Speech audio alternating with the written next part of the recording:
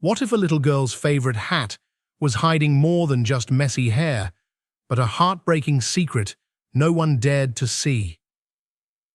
The morning sun warmed the hallways of Willow Creek Elementary as the school year began, bringing the usual chatter of excited children, the scent of freshly waxed floors, and the flutter of name tags pinned to nervous little shirts. Inside room 12, Ms. Georgia Harlow stood at the front of her classroom, her calm demeanor setting the tone. At 30, she had already become the kind of teacher parents requested and students adored, gentle, attentive, and fiercely protective when it mattered. That morning, her attention was fixed on a new first grader standing beside her desk. "Everyone, please welcome our new friend, Lila Bennett," she said, her voice steady. The girl was small, delicate, with wide brown eyes that scanned the room without meeting anyone's gaze. But what drew everyone's attention was the purple knitted hat pulled tightly over her head, the brim low enough to nearly shadow her eyes. It was early September in Georgia, still hot, still humid. There was no reason for a child to wear winter gear indoors. Lila gave a quick nod in response to the greeting, then clutched the sides of her hat as though someone might try to take it away. Ms. Harlow crouched beside her with a reassuring smile. "There's a spot for your things over here, sweetheart. You can hang your cap with your jacket if you'd like." "I can't," Lila whispered, barely audible. Ms. Harlow leaned in closer. "What was that, honey?" "My mum said I can't take it off, not at school, not ever." The teacher blinked. It wasn't the words that struck her. It was the tremble beneath them. She had taught enough children to recognize comfort items, raggedy teddy bears, lucky socks, friendship bracelets that never came off. But this felt different. There was a weight in the child's tone, a kind of fear that didn't belong on a 6-year-old's shoulders. "Well, that's okay," Ms. Harlow said, keeping her voice light. "You can keep it on." She showed Lila to a desk by the window and watched as the girl sat stiffly, her fingers still curled around the edges of the hat. The class moved through their morning routines, name writing, classroom rules, story time. But Ms. Harlow's eyes returned to Lila again and again. The girl didn't speak to her neighbors. She winced when turning her head too quickly, and every few minutes she would subtly adjust the hat, tugging it back into place even though it hadn't moved. At lunchtime, Lila sat alone at the far end of the cafeteria, picking at her sandwich. When a well-meaning lunch monitor gently suggested she remove her hat, the reaction was immediate and startling. Lila froze, then pulled the hat tighter and shook her head with sudden panic. Her lips pressed into a thin line, and her whole body seemed to shrink inward. That afternoon during art, while the other children colored and laughed about summer memories, Ms. Harlow knelt beside Lila's desk. "That's a lovely tree," she said, nodding toward the drawing. "Is that your house next to it?" Lila nodded, her expression guarded. Then she winced, just a slight flinch as she reached up to adjust the cap again. "Does your head hurt?" Ms. Harlow asked gently. "No." Lila's voice was barely a breath. "I'm fine." The teacher didn't press further, but as the school day ended and children lined up for buses and carpools, she couldn't ignore the feeling that had taken root in her chest. Something wasn't right. The secrecy, the flinching, the way Lila carried herself, it all added up to a story the little girl wasn't ready to tell. That evening, in the quiet of her apartment, Ms. Harlow replayed the day's moments in her mind. Lila's nervous hands, her discomfort, the whispered insistence that the hat must stay on. She considered calling the mother, but hesitated. One day wasn't enough to raise red flags officially. Still, 8 years of teaching had taught her to trust her instincts, and every instinct told her the same thing. Whatever was hiding under that purple hat wasn't just about fashion or comfort, it was something deeper. Something a 6-year-old had been told to keep hidden. Tomorrow, she would keep a closer watch, because whatever the truth was, Lila Bennett didn't look like she could carry it much longer on her own. The next morning, Willow Creek Elementary buzzed with the usual chaos of backpacks, lost lunchboxes, and sleepy chatter. But in room 12, Ms. Harlow's attention was laser-focused on one student. Lila Bennett entered quietly, the same purple knit hat pulled snugly over her head. Her movements were cautious, almost rehearsed, like she was trying not to draw any unnecessary attention. But attention followed her anyway. By mid-morning, it started. Small, cruel whispers passed from desk to desk like ripples in a pond. Why is she wearing that thing? Looks like a grandma hat. Maybe she's bald. The comments weren't loud, but Ms. Harlow noticed them. She saw the way a boy named Bryce Hamilton leaned towards Sophie Carter and smirked while pretending to pull an imaginary hat down over his head. She caught Melanie and Thomas Reed whispering behind their folders, their eyes darting toward Lila. It was subtle, but not to a teacher who had spent her career watching children navigate the battlefield of social survival. Lila didn't react, not in the way most kids might. No outburst, no tears. She simply folded deeper into herself, her shoulders curled inward, her coloring pencil pressing harder against the page. The purple hat never shifted, though her fingers clenched its edge as if it were her only lifeline. During recess, Ms. Harlow made her way to the playground bench, clipboard in hand, scanning the blacktop. Lila stood off to the side near the fence, away from the games of tag and jump rope. Sophie approached her hesitantly, holding a red rubber ball. "Wanna play?" Lila shook her head. "Okay," Sophie said, backing away slowly.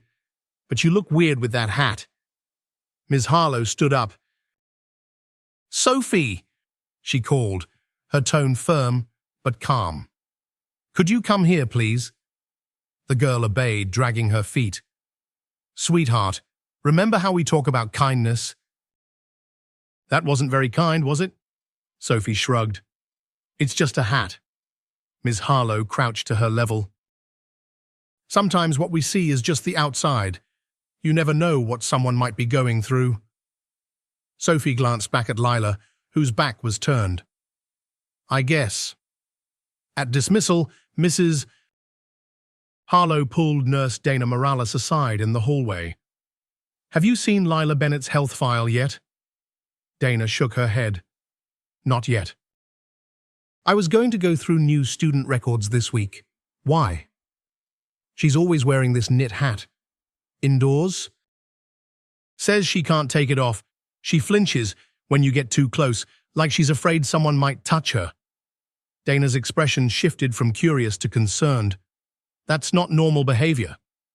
"I know," Ms. Harlow replied, "but I haven't seen anything concrete, no visible injuries, no behavioral disruptions, just something's off." "I'll check her records first thing tomorrow," Dana said. "Maybe there's something there." That evening, Georgia Harlow sat at her kitchen table, grading spelling tests she could barely focus on. She thought about the way Lila held herself, the stiffness in her walk, the fragility beneath her silence. And she thought about the hat not just as an object, but as a symbol. It wasn't just hiding her head, it was hiding her truth. Something about that hit her in a deeply personal place. As a child, Georgia had been the quiet one too, the one who always wore long sleeves even in spring, the one who never raised her hand, because that drew attention. She knew the subtle signals of pain that had no words. and she knew what it felt like to have no one notice. She couldn't let Lila go unnoticed. The next morning, she arrived early and added something new to the classroom routine. On the chalkboard, beneath the date, she wrote in bright blue letters, "Our classroom rule Chapter 1, be the kindest person in the room." When the children arrived, they noticed it immediately. "What does that mean?"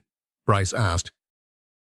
"It means," Ms. Harlow said, "that we treat others with kindness, even when we don't understand their choices. Even when someone looks different or acts differently than we do, because every person has a story we may not know yet." She let her gaze settle for a beat on the back corner, where Lila sat silently, hands in her lap. "Can we still play tag?" Thomas asked. Mrs. Harlow smiled. "Of course, but maybe tag the kind person first today." A few of the children giggled, but some, like Sophie, grew thoughtful. That afternoon, Ms. Harlow watched the students color pictures of their families for a hallway display. When she passed by Lila's desk, the little girl had drawn a small house with a single figure in it. The figure wore a purple hat. "Is that you?" Ms. Harlow asked. Lila nodded. "And who lives in your house?" "Just me and my mum." Ms. Harlow gently placed a sticker on the corner of her drawing. "It's beautiful, just like you." For the first time, a smile flickered on Lila's face. Small, fleeting, but real. That was the moment Ms. Harlow knew something inside the girl was starting to trust. 2 days later, the air in room 12 felt lighter. The whispers had faded, replaced by cautious curiosity. Ms. Harlow had been intentional in fostering an atmosphere of gentle respect.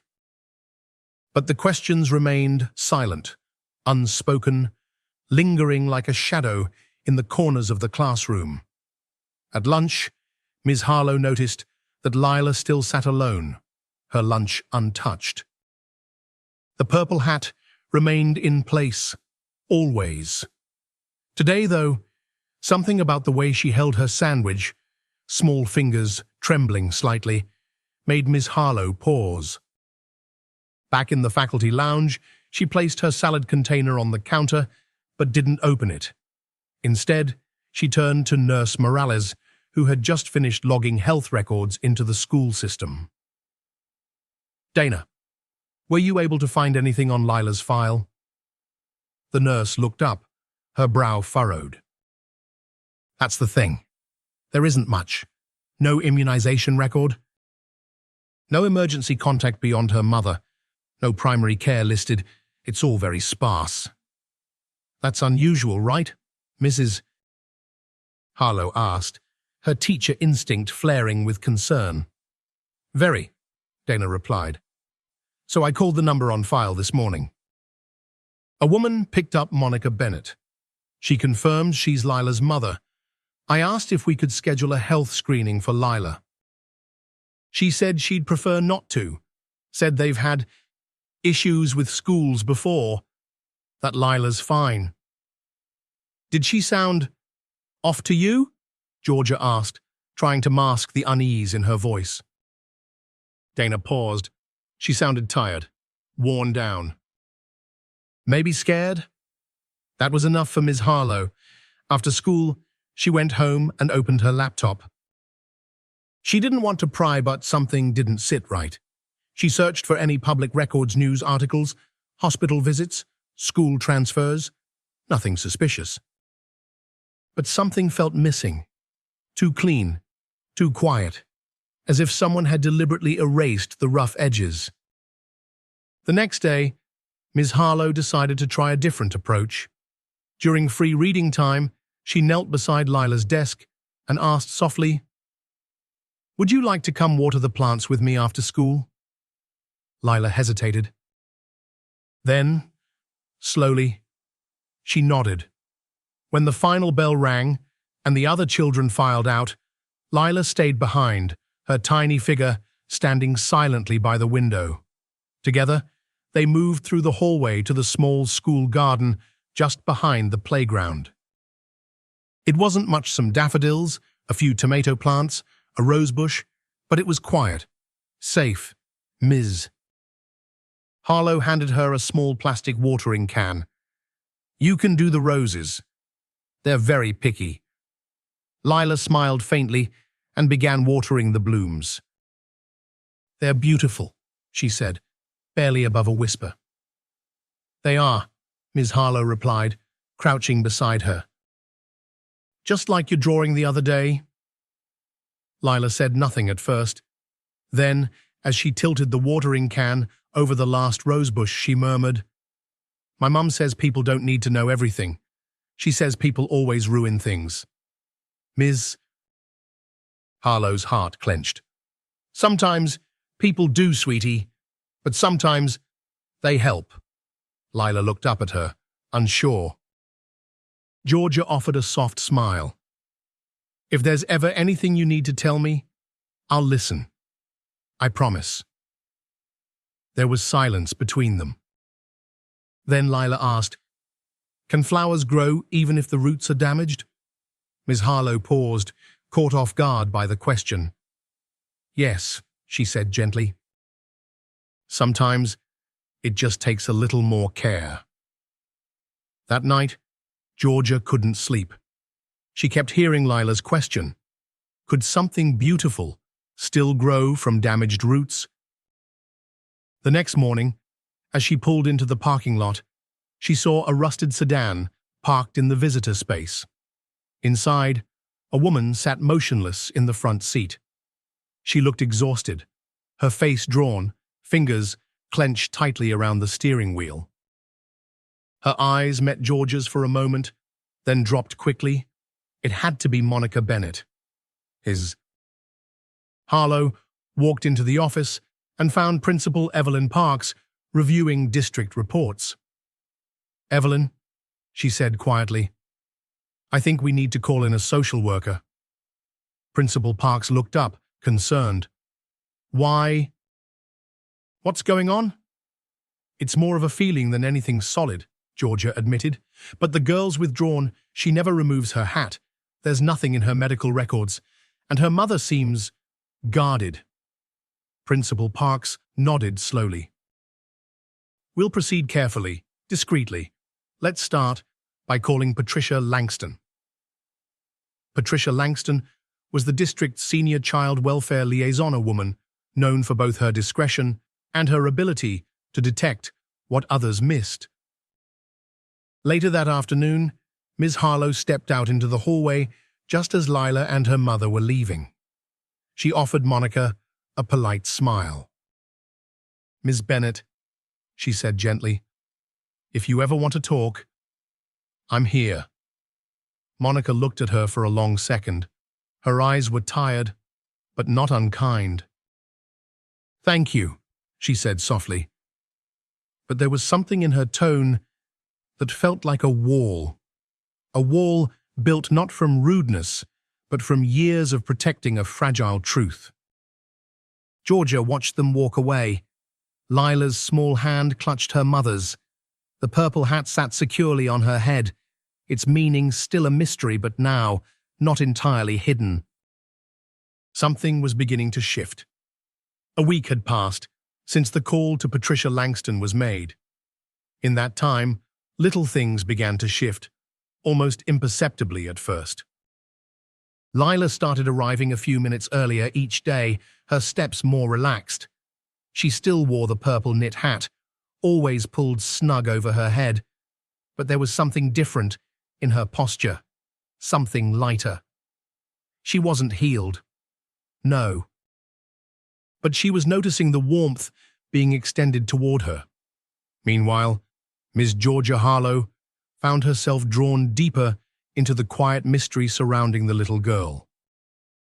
That Friday afternoon, the soft knock on the classroom door came as no surprise.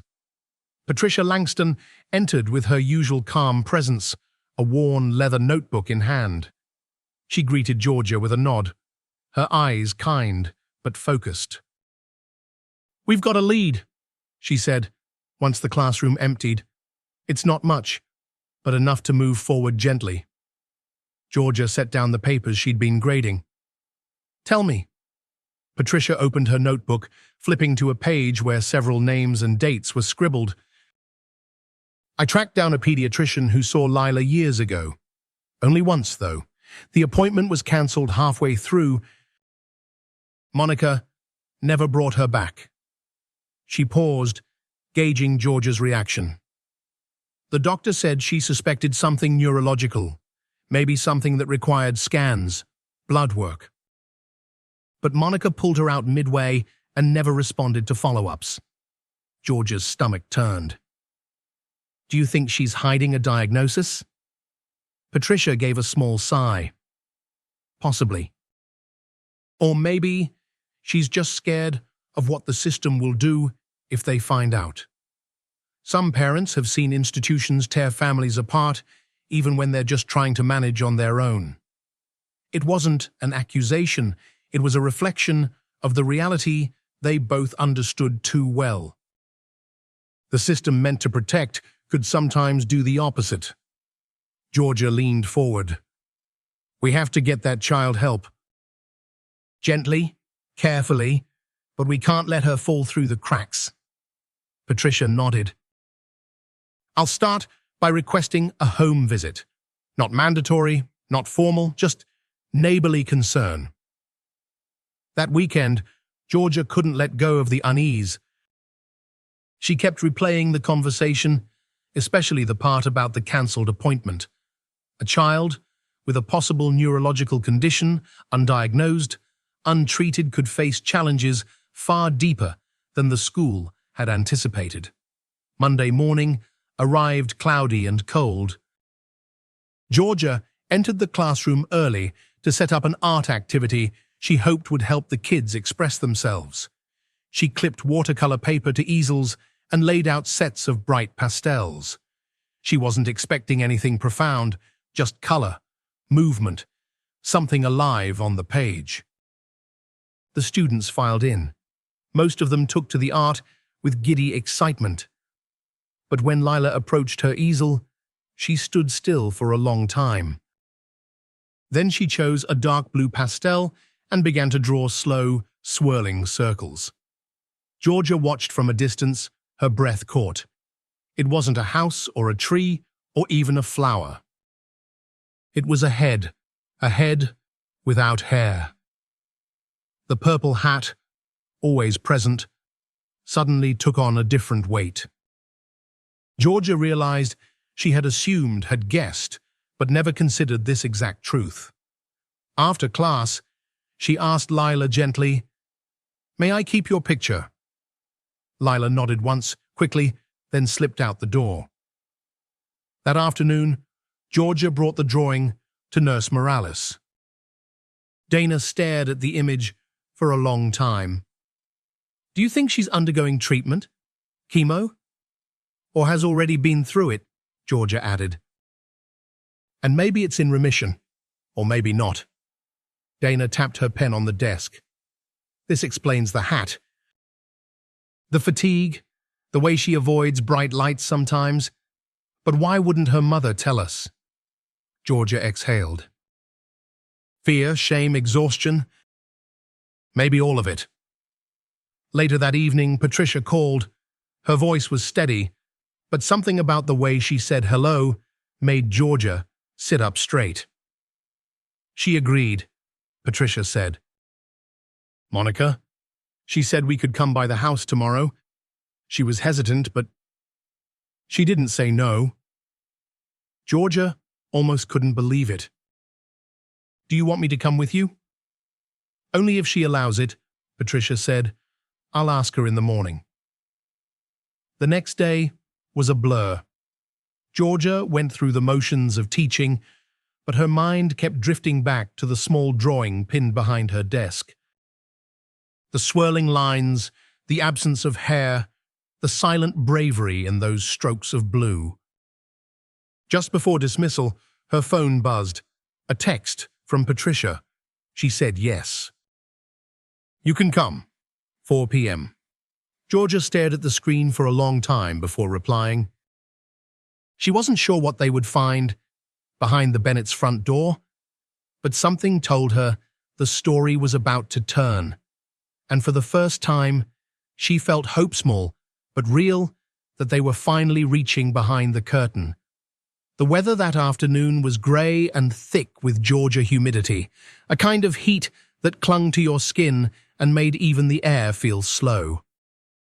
Georgia Harlow turned onto Sycamore Street just after 3:50, her car rattling slightly over a patch of broken pavement. She parked across from a modest single-story home, its white paint faded and chipping near the windows. A wind chime, made of spoons, clinking gently on the porch. Patricia Langston was already there, standing on the walkway, holding a canvas tote and a quiet, professional air. She's nervous, Patricia said, as Georgia stepped out of the car. But she's expecting us.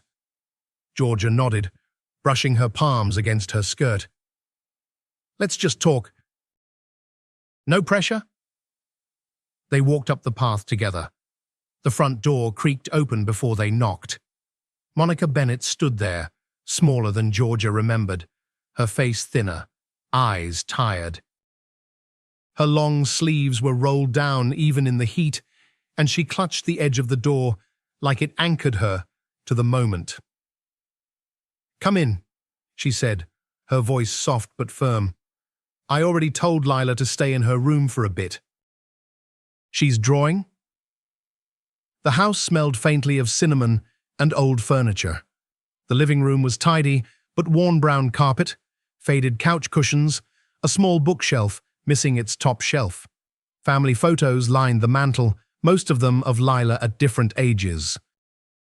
In everyone, she wore a hat. Monica gestured toward the couch. You can sit. I'll stand. Georgia sat. Patricia remained by the doorway, giving Monica the space she seemed to need. I know you've had concerns, Monica said, her voice slightly defensive. People always do when they see a kid like Lila. Georgia spoke carefully. We've only wanted to understand, and to help, if we can. Monica crossed her arms. You think I'm hiding something? You think I've been neglectful? No, Georgia replied gently. I think you've been doing everything on your own. For a long time, and I think that's heavy. Monica looked away, her jaw tightening. Then she let out a slow breath. When Lila was 4, she started getting these migraines. I thought it was from not sleeping, or maybe her vision, but they got worse. One night she fainted at the grocery store. She paused. The room held its breath. They did a scan. Found something on the images. A mass. They couldn't tell if it was benign. They said it was rare. They called it indeterminate. They wanted a biopsy, but the risk. It was high, and I didn't have the money or the insurance. Patricia stepped forward slightly. Did you apply for Medicaid? Hospital assistance programs? I tried, Monica said, her voice trembling. But every time, they wanted paperwork I didn't have. A job letter, pay stubs. I was doing childcare under the table, living paycheck to paycheck. I fell through every crack. Georgia's heart ached. So you kept her home? For almost a year, Monica admitted. The headaches would come and go. Sometimes she'd be fine. Other times she'd cry for hours or throw up. I'd keep her cool. I'd sing to her. I'd read every home remedy on the internet. Her eyes welled with tears she didn't wipe away. Then it got better. For a while, she went 2 years with no symptoms. That's when I enrolled her in school again. Why the hat? Georgia asked softly. Monica swallowed hard. The headaches came back, Not as bad, but she started losing hair in patches. From stress, I think, or something else. She's sensitive about it. People stare. The hat makes her feel safe. Georgia looked down at her hands. Monica, this is more than a school can handle alone. But we can be a bridge. We can help connect you to people who understand this system, who won't treat you like a case number. Monica looked at her, raw and skeptical. And then what? They say I'm unfit? Take her away? No, Patricia said, stepping closer now. We're not here to tear your family apart. We're here to build it up, quietly, respectfully. For a long moment, Monica said nothing. Then she sat down, and that simple action, sitting, felt like a door opening. Lila's all I've got, she whispered. And I've done everything wrong, but I've also done everything I could. Georgia reached across the space between them, placing her hand over Monica's. Then let's start with that. Let's work from there. Outside the window, the wind picked up slightly, making the spoons chime again. Inside, something shifted. Not in a loud or dramatic way, but like a curtain pulling back, just enough to let the light in. Suze. Georgia Harlow sat at her desk that Thursday morning, the classroom still quiet before the children arrived. She turned the laminated folder over and over in her hands. Inside were the notes from her meeting with Patricia Langston and Monica Bennett 2 days prior, each line etched with urgency. There was so much she didn't know, but now at least there was a direction. When the first bell rang and the children started trickling in, Lila was the last through the door, as usual. Her purple hat sat firmly on her head, the brim casting a soft shadow over her eyes. But today, Georgia noticed something different. Lila didn't rush to her desk. She lingered, hesitating, as if unsure of how to enter the room.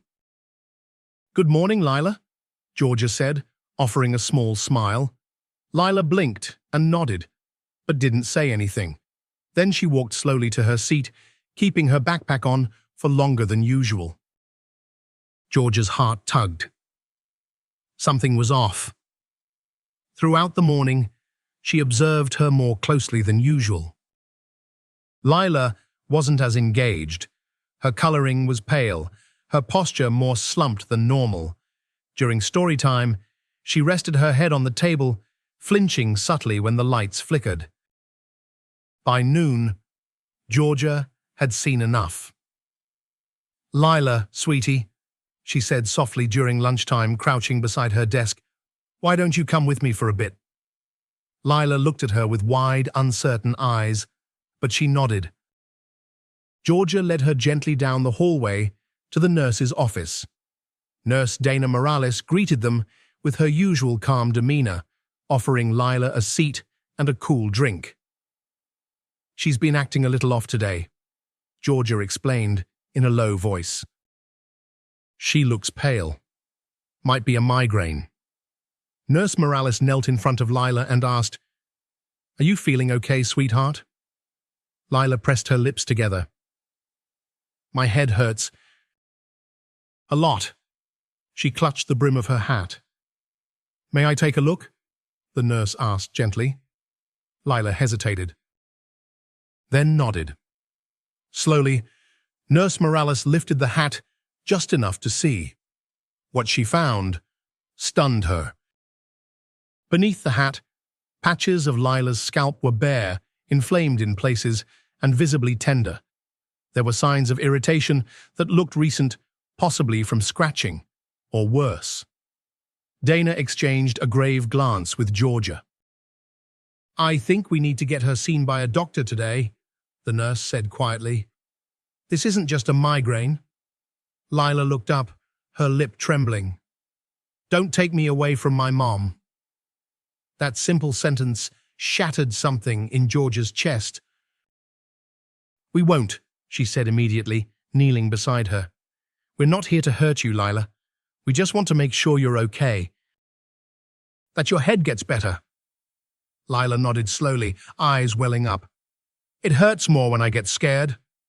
Dana placed a hand on Georgia's shoulder. I'll call Patricia. She can help coordinate the next steps. Later that afternoon, Patricia arrived with a caseworker from Children's Medical Access. Monica Bennett had given prior consent during their visit, reluctantly, for further observation. It was a small miracle in itself, a sign that trust was forming. The caseworker examined Lila carefully, documenting the symptoms and quietly coordinating a fast-tracked appointment with a pediatric neurologist through an outreach program. Patricia stayed with Lila, helping her stay calm through the process, while Georgia returned to her classroom. She couldn't concentrate. The image of Lila, fragile and afraid, stayed in her mind like a shadow. How many other students, she wondered, were silently carrying pain no one could see? That evening, Georgia drove home under a sky streaked with gold and blue. The sun was beginning to dip behind the trees, casting long, soft shadows across the road. She pulled into her driveway, but didn't get out right away. She sat with the engine off, the windows cracked, listening to the wind rustle through the leaves. She thought of her own childhood, the teachers who hadn't noticed when she was hurting, the silence she had learned to carry.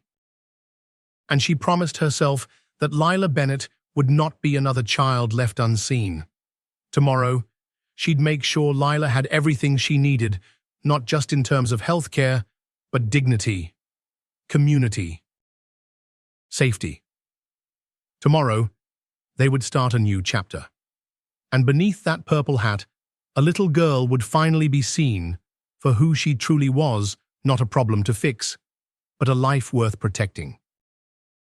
The morning after Lila's nurse visit, Miss Georgia Harlow sat at her kitchen table staring at a cup of coffee gone cold. Her mind had been churning all night, filled with questions and fears. What if they were too late? What if the signs had been there for weeks and she just didn't see them? She arrived at school earlier than usual, hoping to speak with Patricia Langston before the first bell. As the district liaison and longtime child advocate, Patricia had become a vital link in helping Georgia navigate the uncertain territory they now faced. Patricia met her in the front office with a manila envelope clutched tightly in her hand. "This came through early this morning," Patricia said, her voice hushed. "It's Lila's medical history. Monica finally agreed to release it after a long call with the social worker last night." Georgia accepted the envelope and followed Patricia into the small conference room beside the front office. The walls were lined with filing cabinets and old plaques no one had read in years. The only sound was the soft hum of the air vent overhead. When Georgia opened the file, she immediately saw the problem. There were pages missing. Gaps in documentation, years unaccounted for, but what was there was enough. A doctor's note from a pediatric clinic dated 2 years ago described symptoms of fainting, chronic headaches, unexplained bruising, and hair loss. There were referrals, several of them, to specialists in neurology and hematology, but each was marked "no show" in red ink. Georgia's throat tightened as she flipped through the sparse notes.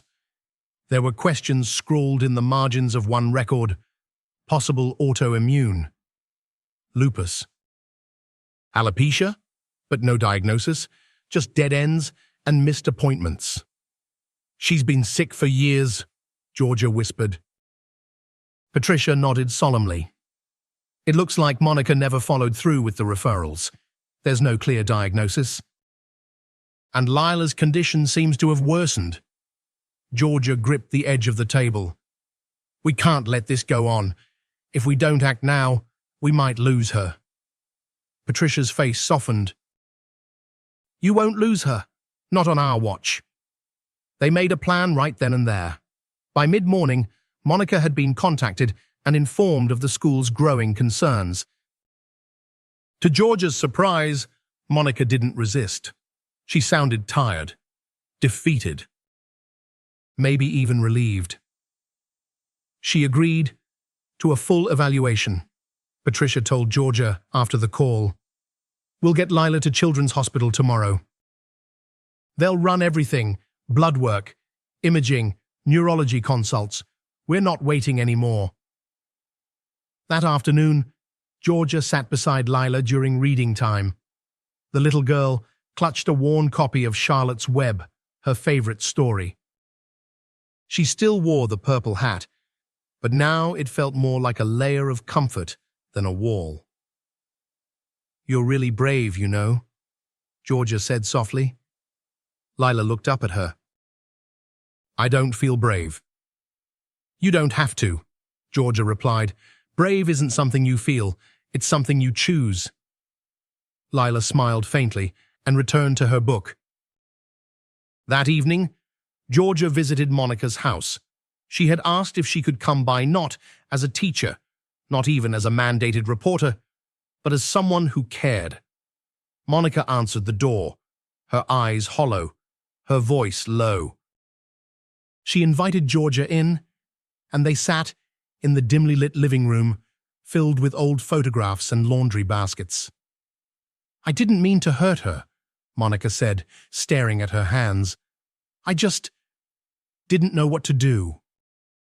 I kept thinking, maybe it was nothing. Maybe she'd grow out of it."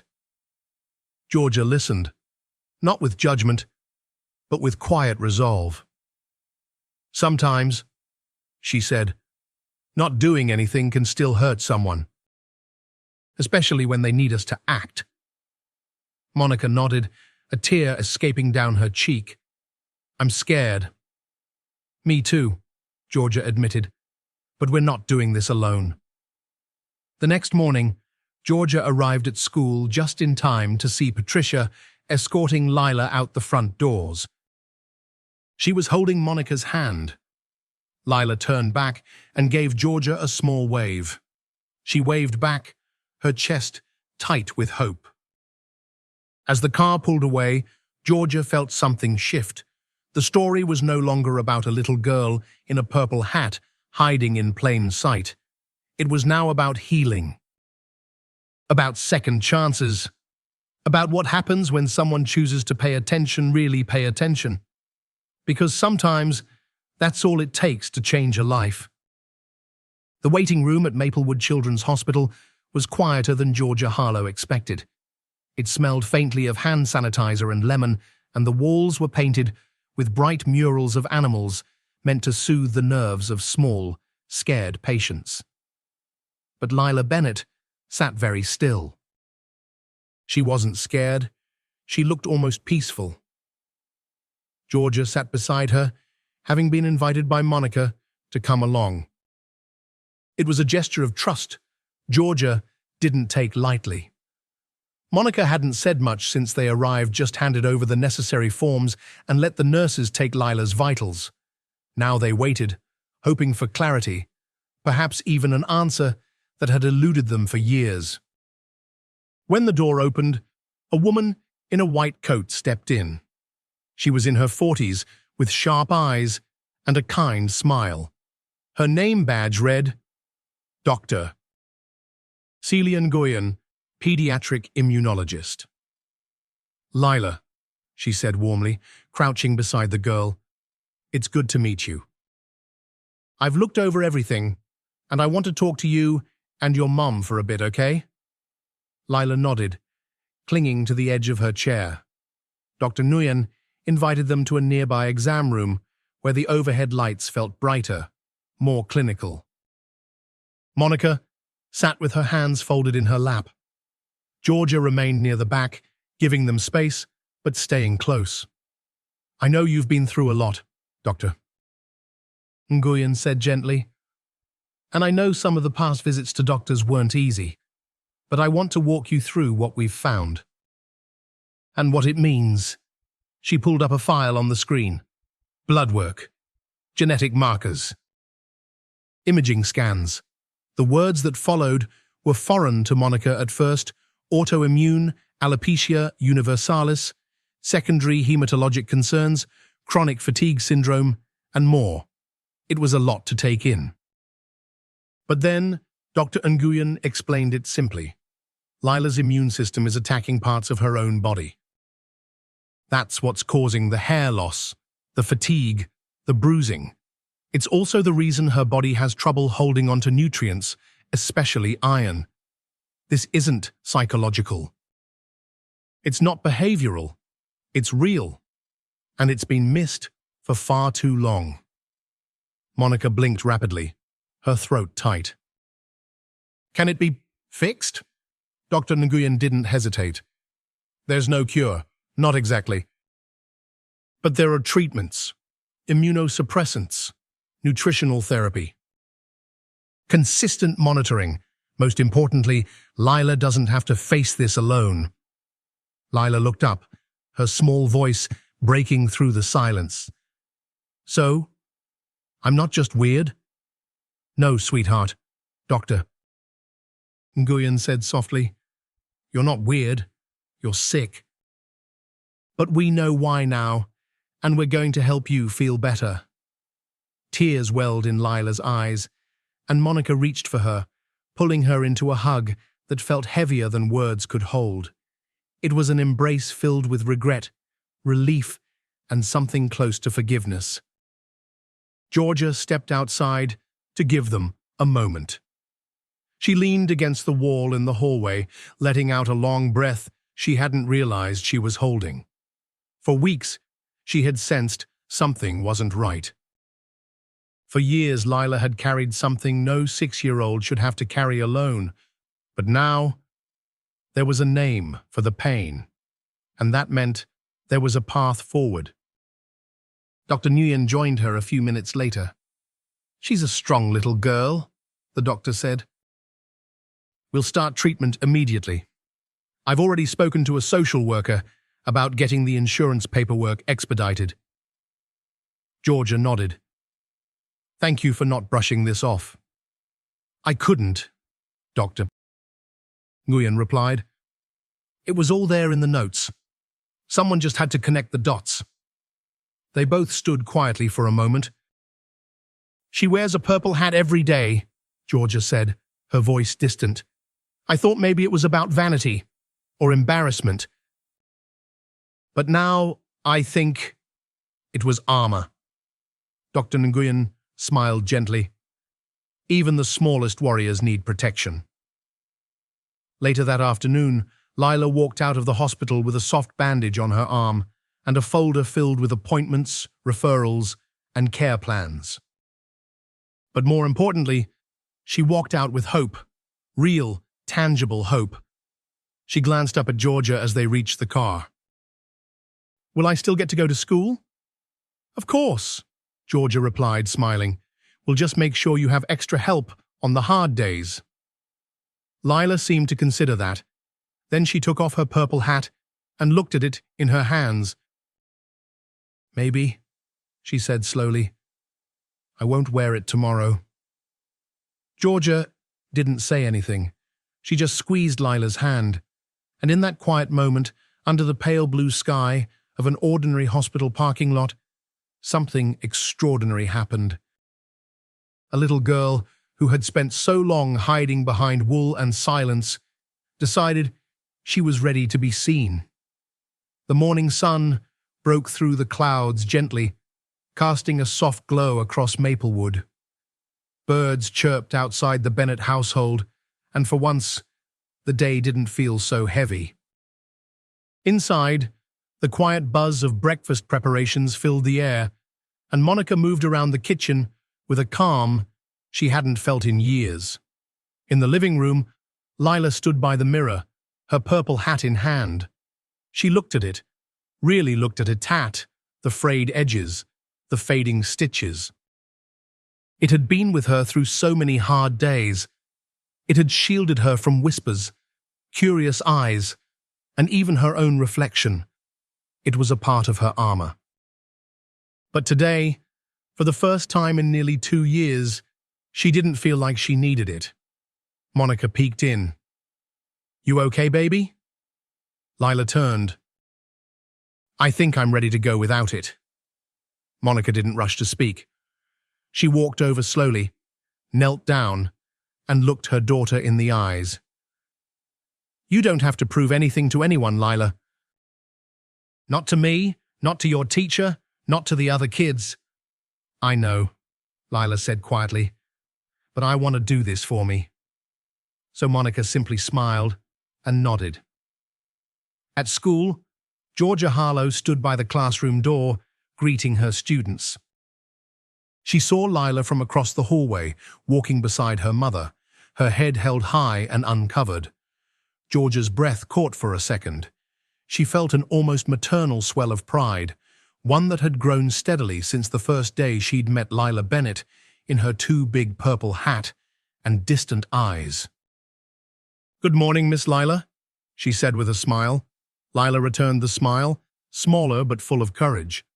"Good morning, Ms. Harlow."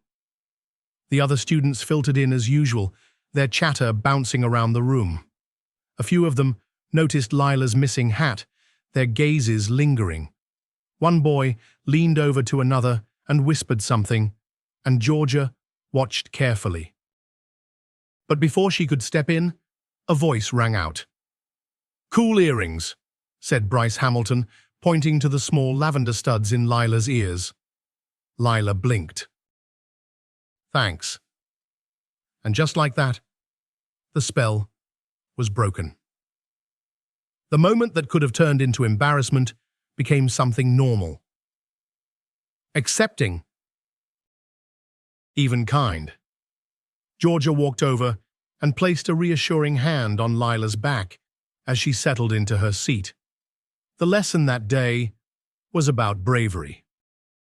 Not the kind with knights and dragons, but the quiet kind. The kind that happens in real life when you show up even though it's hard. And when Georgia spoke to the class about what it meant to be strong, she didn't need to look far for an example. That afternoon, Principal Evelyn Parks stopped by the classroom. She'd heard through Nurse Morales about Lila's diagnosis, and though confidentiality was always respected, she wanted to personally check in with Georgia. They stepped outside for a moment. "I just wanted to thank you," Evelyn said. "You were the first to really see her." Georgia shook her head. "No. I was just the first to look long enough." Evelyn nodded thoughtfully. "We're starting a new wellness initiative. More training for staff. More partnerships with pediatric specialists. And I'd like you to be part of the advisory group." Georgia blinked in surprise. "Me? You've proven that care goes beyond academics." "You've made a difference," Georgia agreed, knowing it wasn't about recognition. It was about ensuring that what happened to Lila never happened to another child again, not under her watch. Back in the classroom, the final bell rang, and kids poured out into the hallway, backpacks bouncing, laughter echoing. Lila took her time packing up. She was slower these days, her body still adjusting to medication and changes in diet, but she didn't seem to mind. Georgia walked over. "You know," she said, "I think the room looked a little brighter today." Lila smiled. It felt brighter. Georgia crouched beside her. "I'm proud of you." Lila nodded, then reached into her backpack and handed Georgia the purple hat. "Can you keep this for me, just for now?" Georgia took it gently. "Of course." As Lila walked out to meet her mother, Georgia held the hat in both hands. It was a small thing, really, just fabric and thread. But to Lila, it had been shelter, safety. And now, she didn't need it the same way. That night, Georgia placed the hat in her desk drawer. Not because it was forgotten, but because it was part of a chapter that had ended and a new one had just begun. Winter had passed, and with spring came fresh air and blossoms that lined the streets of Maplewood like little bursts of hope. At River Grove Elementary, the once drab faculty lounge now had a corner filled with cheerful bulletin boards and a bookshelf stacked with books on child psychology, trauma-informed teaching, and inclusive classroom strategies. It was small, but it was a start. Ms. Georgia Harlow stood in that lounge one morning, flipping through a binder labeled Wellness Advocacy. She was tired, but it was the good kind of tired, the kind that came from doing something that mattered. Lila Bennett had changed more than just her class. She had changed the school. After Lila's condition was made known, Principal Evelyn Parks had launched an initiative called Every Voice Matters. It encouraged teachers to flag concerns early, but also to listen, to ask, to look closer, to trust their instincts and their hearts. A new team of support staff had been added, a part-time counselor, more time for the school nurse, and even regular visits from a pediatric social worker. But what Georgia found most meaningful was the room. It had been a storage closet once, filled with broken chairs and old science kits. Now it was called the Quiet Nest. Inside, there were beanbags, soft blankets, sensory toys, a white noise machine, and calming lights. It was created for kids like Lila kids who didn't always know how to say they were hurting, but needed space to feel safe anyway. On the day it opened, Lila and her mother Monica were invited for a tour. Georgia met them at the front of the school. Lila had grown stronger. Her steps were steadier now. Her cheeks had color again. She still had medical appointments and some days that were harder than others, but the light in her eyes, that was different. It was steady now. Confident. When she walked into the Quiet Nest, she froze, looking around at the soft pastel walls and the sign on the door that read, "You are safe here." Her fingers brushed the edge of a fluffy pillow. "This is for real?" "It's real," Georgia said, kneeling beside her. "And it's yours when you need it." Monica's eyes filled with quiet tears. "I wish there had been something like this when I was a child." "You helped make it possible," Georgia said. "Both of you." That afternoon, during an all-staff meeting, Principal Parks shared the story of how this all began. She didn't use Lila's name, privacy still mattered, but she spoke of a young girl whose silence had been misunderstood until one teacher had paused long enough to notice. "It reminds us," Evelyn said, "that sometimes the strongest students aren't the ones with the highest grades or loudest voices. Sometimes they're the ones who show up every day, quietly fighting battles we can't see. We owe it to them to be better." The teachers nodded, some even clapped. And in that moment, Georgia felt a shift-real change, not just lip service. Later that week, a boy named Julian from another class had a meltdown in the middle of math. He wasn't being defiant, just overwhelmed. His teacher gently walked him to the Quiet Nest. After 20 minutes, Julian returned to class calmer, ready to learn again. It wasn't magic, it was care. And that kind of care rippled outward. By the end of the semester, Georgia had been asked to lead a workshop for the district. She titled it, "Teaching with Eyes Open." She shared Lila's story, not her name, but the journey and how one question, one moment of compassion, had changed everything. Back at home, Lila placed a photo frame on her nightstand. It held a picture from the Quiet Nest ribbon cutting where she stood next to Georgia, Monica, and Principal Parks. The caption read, "Bravery begins with being seen."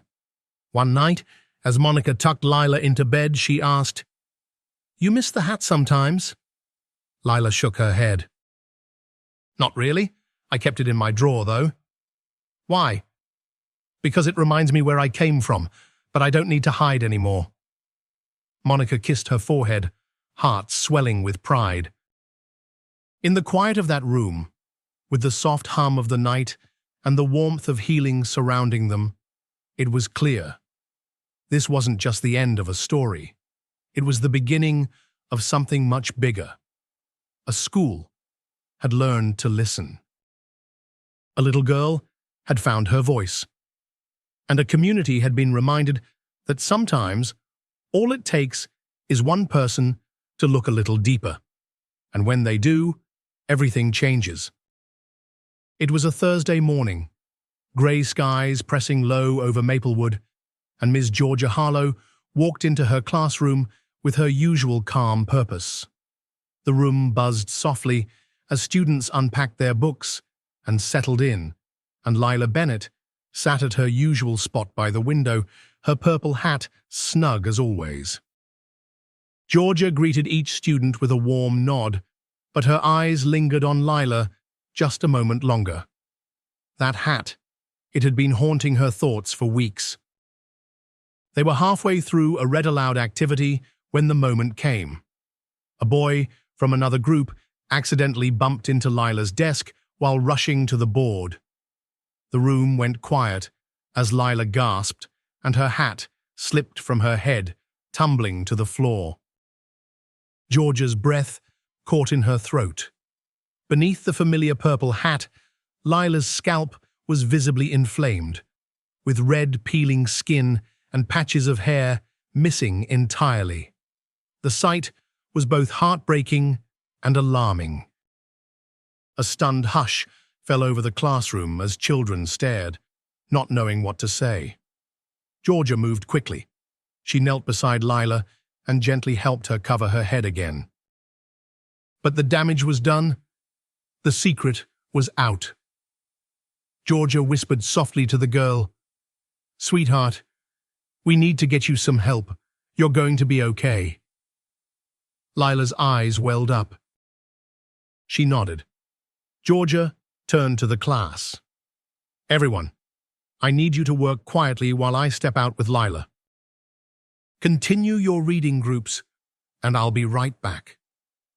She walked Lila straight to the nurse's office and called the school principal and the nurse, Ms. Dana Morales. Georgia explained everything she had seen. When Nurse Morales gently lifted the hat for examination, her expression turned serious. "This is not new, and it's not minor. We need to call emergency services." Within minutes, the school had contacted emergency medical technicians, and an ambulance was en route. Lila sat quietly, her small hand gripping Georgia's as they waited. When the paramedics arrived, Georgia rode with them to the hospital, holding Lila's hand the entire way. She couldn't bear to let her face this alone. At the hospital, doctors took Lila in for a full medical evaluation. The initial diagnosis was severe scalp infection, likely neglected for months. The inflammation and scarring pointed to chronic untreated dermatitis, potentially worsened by lack of hygiene and possibly stress-related hair loss. The physician on call didn't mince words. "This child has been suffering for a long time." The case was reported immediately to Child Protective Services. As Georgia waited outside the examination room, she replayed every interaction she'd had with Lila. The hats, the silence, the occasional flinch when someone came too close. All the warning signs were there. She had just needed this moment to bring them into full focus. And now, there was no turning back. That afternoon, a CPS caseworker arrived at the hospital and began the intake process. Lila was placed into emergency protective custody, a standard protocol in such cases. Georgia answered every question honestly and offered to write a detailed statement of her observations.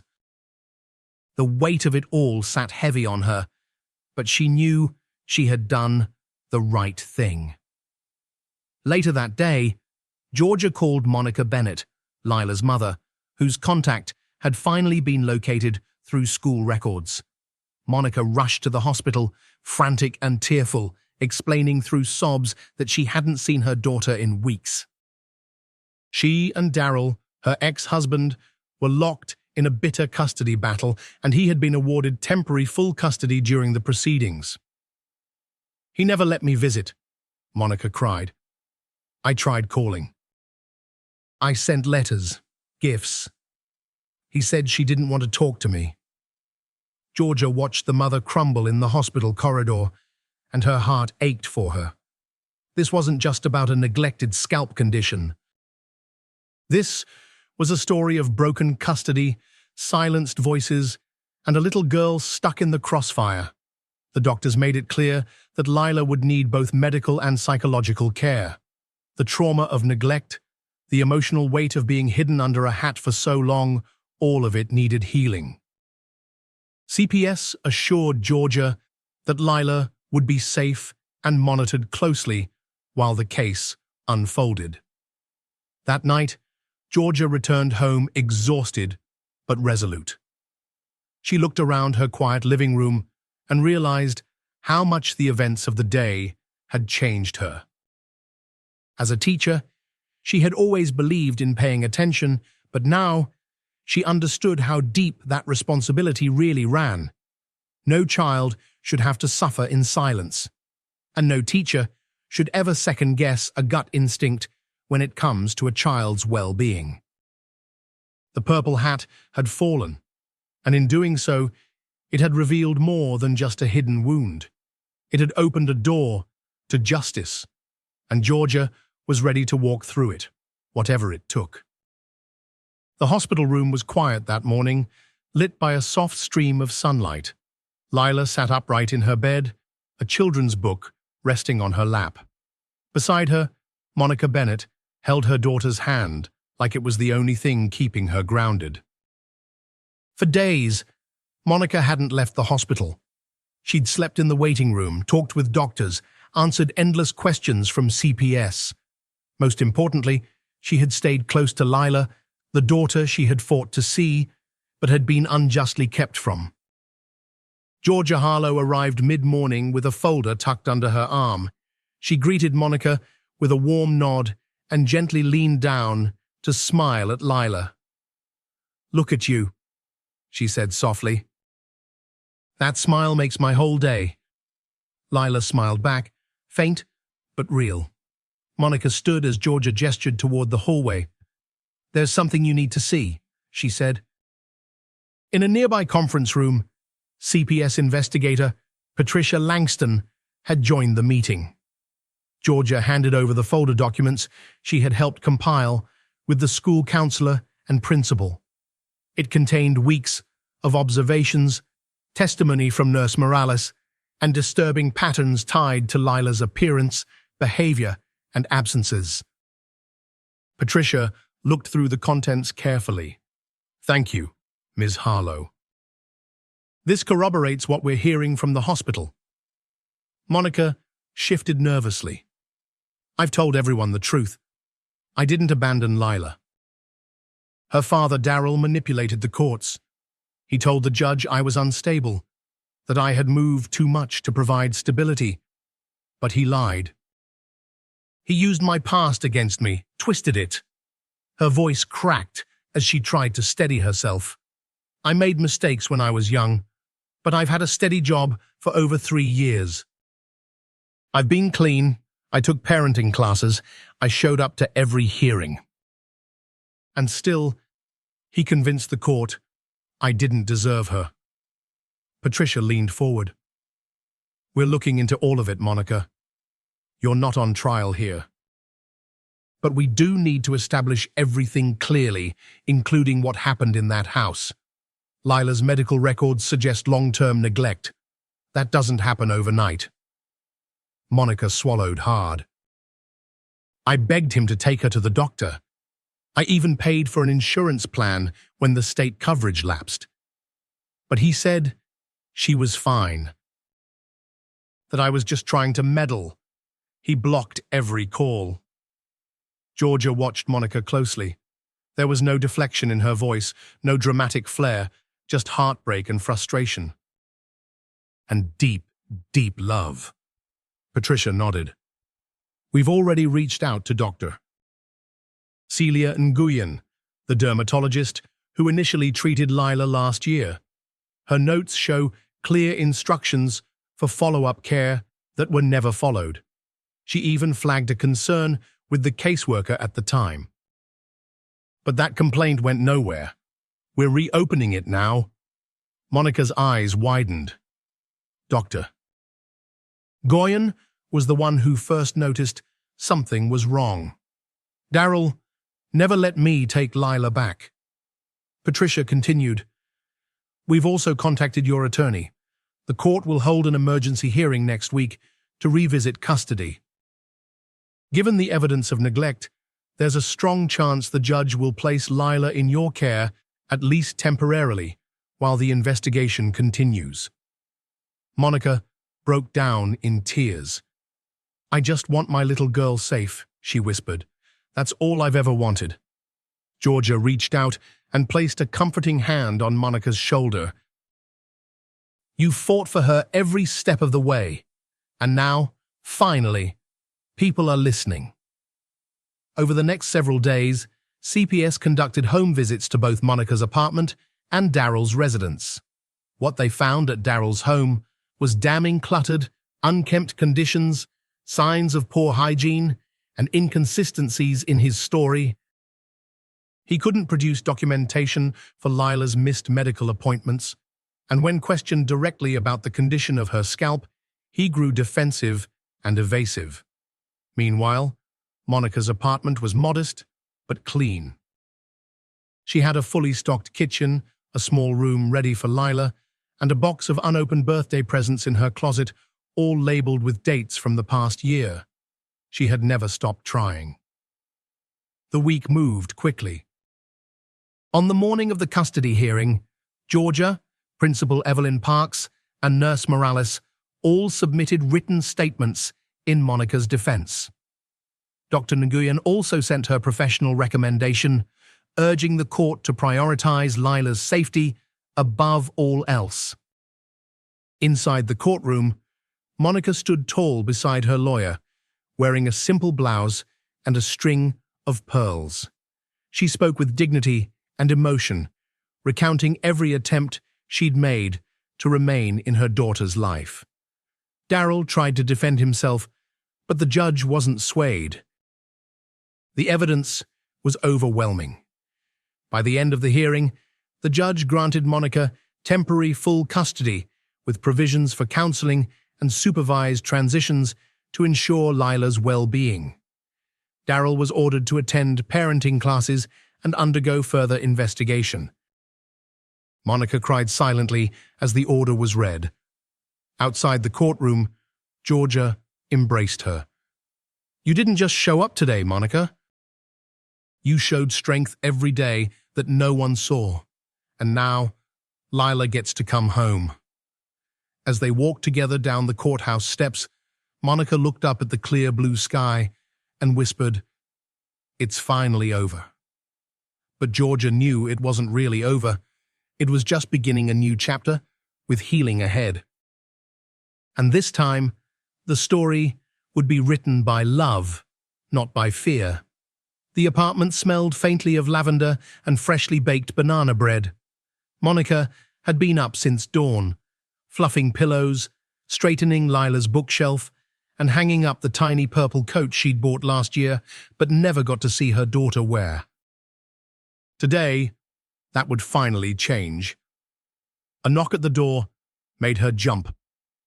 She rushed over and opened it to find Nurse Morales and Georgia Harlow standing with Lila smiling, clutching a stuffed bunny and wearing the purple hat that had become her quiet shield. The hat was a little worn now, but Monica didn't care. It meant Lila was home. Hi, baby, Monica whispered, kneeling down and opening her arms. Lila hesitated for a moment, eyes wide with uncertainty. But then, as if something clicked inside her, she stepped forward and buried her face into her mother's shoulder.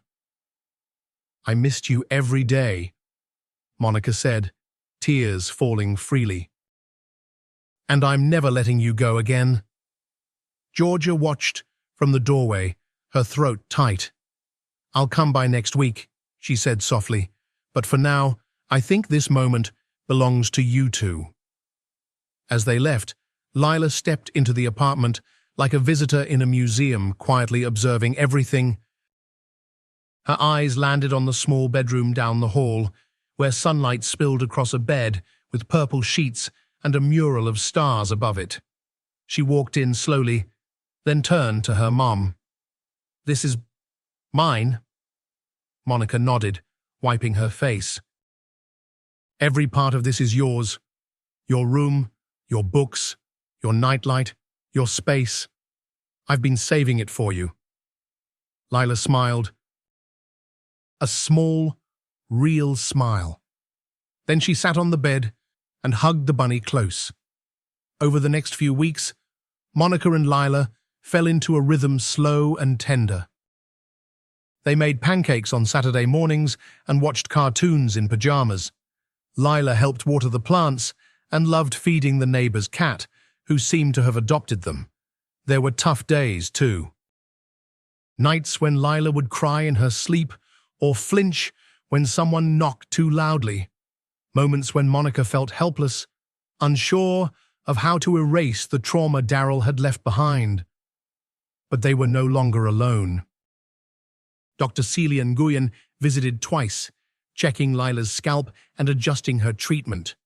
The infection was under control, but the emotional healing would take longer.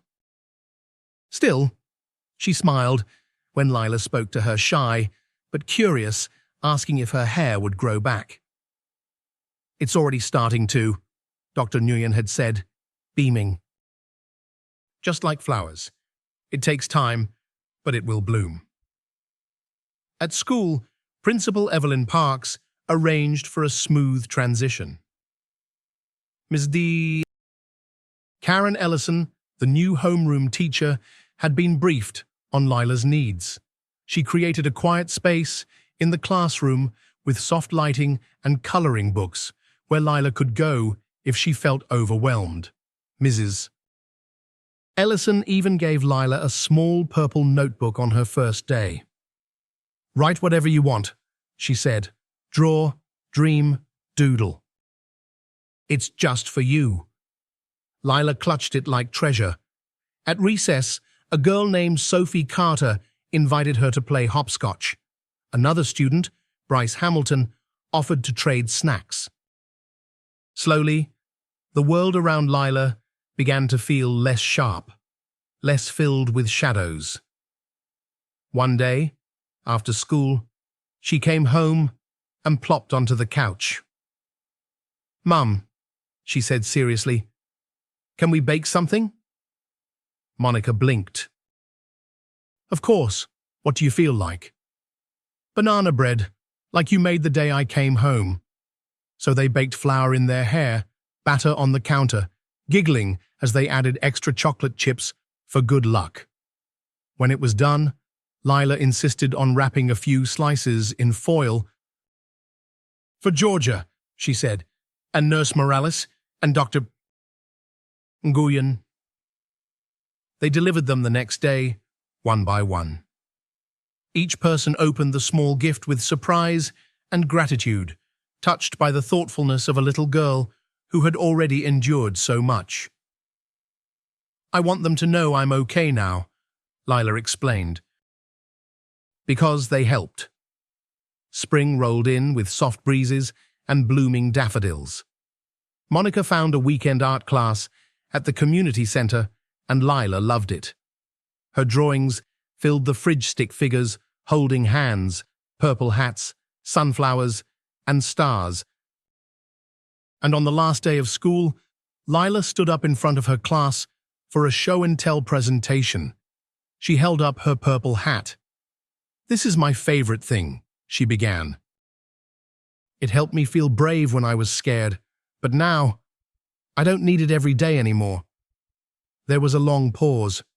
Then she smiled. Because I have people who listen, and I'm home now. The room went silent, touched by the simple power of her words. Back at home, Monica watched from the kitchen window as Lila played outside, laughing with Sophie and Bryce. The purple hat rested on the porch bench, no longer a shield, just a memory of how far they'd come. Monica placed a hand over her heart and whispered, "You're going to be just fine." And for the first time in a long time, she truly believed it. The story of Lila Bennett is a powerful reminder that compassion and vigilance can change and even save a life. For many older Americans who've spent their lives raising families, working in communities, or caring for others, this story speaks to a deep truth: that quiet attention and everyday kindness still matter. When a child like Lila is suffering silently, it only takes one caring adult like Ms. Harlow to notice something isn't right and take action. That simple act of courage created a ripple effect of healing, not only for Lila, but for everyone around her. The lesson is clear. You don't have to fix everything to make a difference. Sometimes, just listening, asking a gentle question, or refusing to ignore a red flag is enough. In a world that often moves too fast, stories like this encourage us to slow down, pay attention, and remember that our presence, our care, can be someone else's turning point. No matter our age, we still hold the power to protect, to comfort, and to help others find safety and hope.